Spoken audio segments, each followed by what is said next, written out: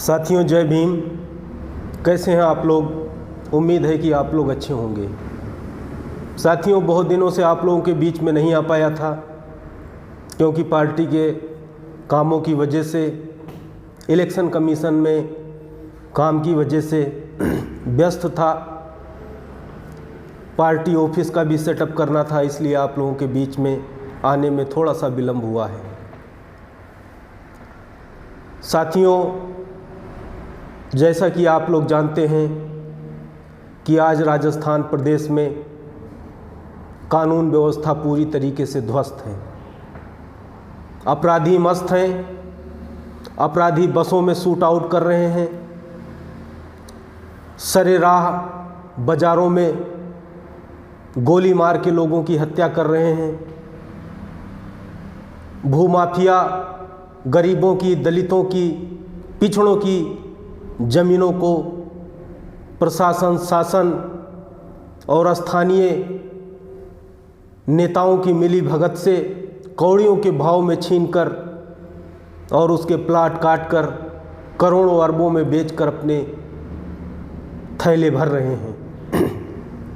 खनन माफिया धरती का सीना चीर के छलनी कर रहे हैं और अपनी जेब में भर रहे हैं। चारों तरफ कोहराम मचा हुआ है।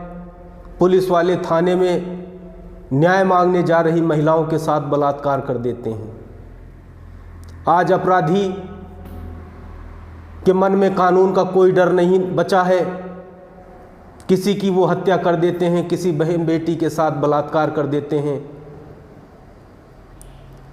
तो पूरे प्रदेश में आज कोहराम मचा हुआ है और मैं समय समय पर अपनी बात उठाता रहा हूँ सोशल मीडिया के माध्यम से और सरकार को चेतावनी देता रहा हूँ, लेकिन सरकार के मंत्री और सरकार के अफसर कान में तेल डाल के बैठे हुए हैं। उनको न तो गरीबों की चीखें सुनाई दे रही हैं, न बहन बेटियों की चीखें सुनाई दे रही हैं। वो सिर्फ अपनी जेब भरने में मस्त हैं। और साथियों, 5 साल से इस प्रदेश के अंदर जो लूट, बलात्कार, अपहरण, हत्या, भूमाफिया, माइनिंग माफिया फल फूल रहे हैं, उसके खिलाफ अपोजिशन की पार्टी भारतीय जनता पार्टी अपना कर्तव्य निभाने में बिल्कुल फेल रही है। 5 साल बहन बेटियों की इज्जत लुटती रही, भारतीय जनता पार्टी चुप रही। 5 साल भूमाफिया गरीबों की ज़मीनों पर कब्जा करते रहे, माइनिंग माफिया धरती की सीना चीरते रहे, भारतीय जनता पार्टी चुप रही। जगह जगह, शहर शहर शूट आउट होते रहे, देश की कानून व्यवस्था चौपट होती रही, भारतीय जनता पार्टी चुप रही। लेकिन जब अब चुनाव नज़दीक आ रहा है तो भारतीय जनता पार्टी प्रदेश के अंदर इस राजस्थान की जनता को ठगने के लिए नौटंकी कर रही है, सड़कों पे उतर रही है, हल्ला बोल कर रही है।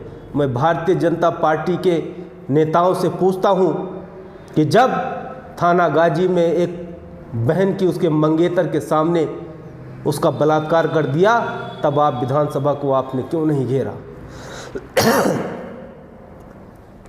खाजूवाला में दलित की बेटी के साथ बलात्कार हुआ, तब आपने विधानसभा को क्यों नहीं घेरा?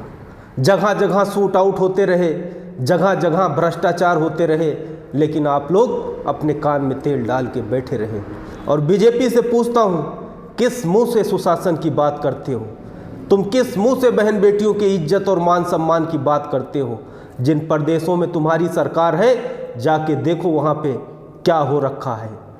योगी विकास दुबे की गाड़ी आती है, पलट जाती है, उसका इनकाउंटर हो जाता है। योगी आदित्यनाथ जीरो टॉलरेंस की बात करता है। मैं योगी आदित्यनाथ से पूछता हूँ, भारतीय जनता पार्टी से पूछता हूँ, उन्नाव का IPS अधिकारी मणिलाल पाटीदार 2 साल से फरार है। एक व्यापारी से उसने फिरौती मांगी और फिरौती न देने पर उसकी गोली मार के हत्या कर दी गई। वो 304 का अपराधी है, 120B का अपराधी है। 2 साल से वो IPS मणिलाल पाटीदार फरार है। उत्तर प्रदेश की पुलिस उसको ढूंढ नहीं पा रही है। अतीक के बेटे को आप ढूंढ लेते हो, अतीक के हत्यारों को ढूंढ लेते हो आप, लेकिन आपको मणिलाल पाटीदार नहीं मिलता है। आपका विधायक कुलदीप सिंह सेंगर अपने घर के सामने रहने वाली नाबालिग बेटी के साथ बलात्कार करता है। बलात्कार करने के बाद उसके बाप को विधायक के दबंगों ने गांव के चौराहे पर बुला के उसके साथ राजीनामा करने का दबाव बनाया और उसकी पिटाई की। उसने राजीनामा नहीं किया और बाद में उसकी मौत हो गई। जब वो बेटी लखनऊ में चीफ मिनिस्टर ऑफिस के सामने गई, अपने ऊपर पेट्रोल डाल के उसने आग लगाने की कोशिश की। जब मीडिया के सामने मामला आया, उसके बाद महीनों तक कुलदीप सिंह सेंगर लखनऊ की सड़कों पर घूमता रहा। योगी की पुलिस ने गिरफ्तार नहीं किया। बाद में CBI में वो कन्विक्टेड हुआ, आज उम्र कैद की सज़ा काट रहा है। बीजेपी का सांसद बृजभूषण शरण सिंह देश के लिए मेडल जीतने वाली बेटियों के साथ उनका यौन उत्पीड़न करता है। बीजेपी की सरकार FIR दर्ज नहीं करती है। सुप्रीम कोर्ट के आदेश के बाद FIR दर्ज करनी पड़ती है। अरे बीजेपी किस मुंह से बहन बेटियों की इज्जत और मान सम्मान की बात करती है? अरे बीजेपी को तो शर्म से डूब के मर जाना चाहिए। जब से बीजेपी भारत में आई है, जब से केंद्र में बीजेपी की सरकार और प्रदेशों में सरकार बनी है, नफरत का माहौल पूरे देश के अंदर बना हुआ है। जो भाईचारा सदियों से इस देश की एकता अखंडता को अपने अंदर जीवित करके बैठा था, आज उसको खंड खंड बीजेपी की सरकार में हो रहा है। हर जहां सांप्रदायिक दंगे हो रहे हैं, हर जगह नफरत का माहौल है। अरे बेटी बचाओ बेटी पढ़ाओ का नारा देने वाली बीजेपी की सरकार, अरे मणिपुर में बेटी को नंगा करके घुमा दिया गया। अरे प्रधानमंत्री मोदी, तुमको इस्तीफा दे देना चाहिए, लेकिन तुम्हारे अंदर शर्म नहीं है। तुमको तो केवल लंबी लंबी फेंकना है और राष्ट्रवाद के नाम पर और देशभक्ति के नाम पर तुमने 9 साल देश की जनता को बेवकूफ़ बनाया। मैं पूछना चाहता हूं ये सवाल बीजेपी के लोगों से और कांग्रेस के लोगों से। देश की जनता को आप लोगों ने बहुत बेवकूफ़ बना लिया और मैं राजस्थान की सम्मानित जनता से अपील करना चाहता हूं कि 2023 के विधानसभा चुनाव और 2024 के लोकसभा चुनाव में इन जन विरोधी,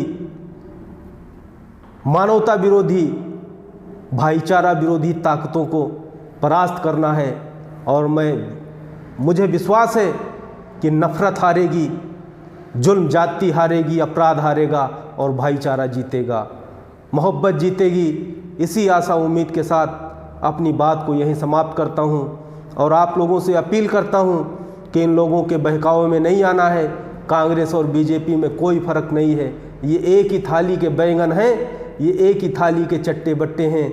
वही लीडरशिप कांग्रेस के हाथ में जब कांग्रेस की सरकार आती है तो बीजेपी की सरकार आती है तो केवल नेता बदल जाते हैं, सरकारें बदल जाती हैं, लेकिन न तो भूमाफिया बदलते हैं, न अपराधी बदलते हैं, न चोर बदलते हैं। सारे वही के वही जो कांग्रेस की सरकार में मलाई खाते हैं, वही बीजेपी की सरकार में मलाई खाते हैं।